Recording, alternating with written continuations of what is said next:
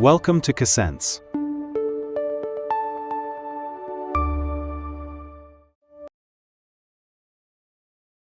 Think about the last time you took a picture. Chances are you didn't reach for a bulky digital camera, you just pulled out your smartphone. Take a company like Lumio. They're a highly profitable, industry-leading camera manufacturer, but the phone in your pocket is quietly threatening to make their entire business obsolete. This creates a difficult choice.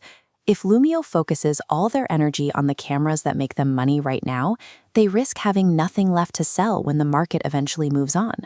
Staying relevant over the long term requires a company to divide its resources between today's main business, tomorrow's rising stars, and the distant future's wild experiments.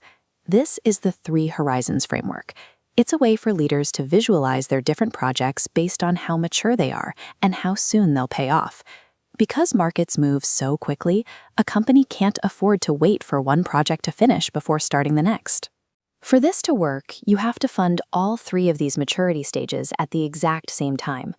Most teams use a starting split of 70% for the first horizon, 20% for the second, and 10% for the third. This isn't a timeline where you check off one box and move to the next. It's a constant daily balancing act. Let's look at how this works for Lumio.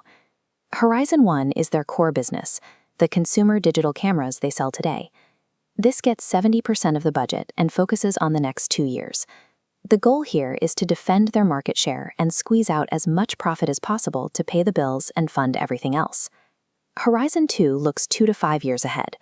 For Lumio, this is their fast-growing line of pro cinema lenses. It's a proven model, so they give it 20% of the budget. The focus here is on scaling. They are investing heavily now so these lenses can become the company's primary profit driver tomorrow. Finally, Horizon 3 gets 10% of the budget for long-term bets that are 5 to 10 years away, like experimental AI software that handles photo editing automatically. In this bucket, the goal is simply to plant seeds. Many of these early experiments will fail, and that's okay. Failure is part of the process of finding what actually works. By sticking to this 70-20-10 division, Lumio protects itself from resting on its past success, while also avoiding reckless gambles on unproven technology.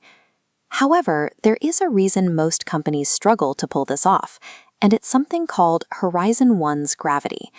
Imagine Lumio's main camera business starts to struggle. Suddenly, that profitable core acts like a black hole, demanding all the money and all the attention to fix today's problems. The natural instinct is to raid the budgets of Horizon 2 and Horizon 3 just to keep the lights on in Horizon 1. But if they do that, they are starving their future. When the old camera business eventually fades away, they won't have anything ready to take its place. This is why the framework requires leadership to protect the Horizon 2 and 3 budgets, even when the core business is screaming for more resources. Let's fast forward a few years. Smartphones have now almost completely replaced basic consumer cameras. Lumio's original camera business has faded, but the company isn't in a panic. They are thriving because they prepared for this shift years ago. Look at the shift in the portfolio. Because it was consistently funded, those cinema lenses have graduated. They are now Lumio's new core business, the new Horizon 1. That experimental AI software also moved up. It's now a proven, fast-growing engine in Horizon 2. And to keep the cycle going, Lumio is now using their new profits to seed a fresh batch of bets for the next decade in Horizon 3.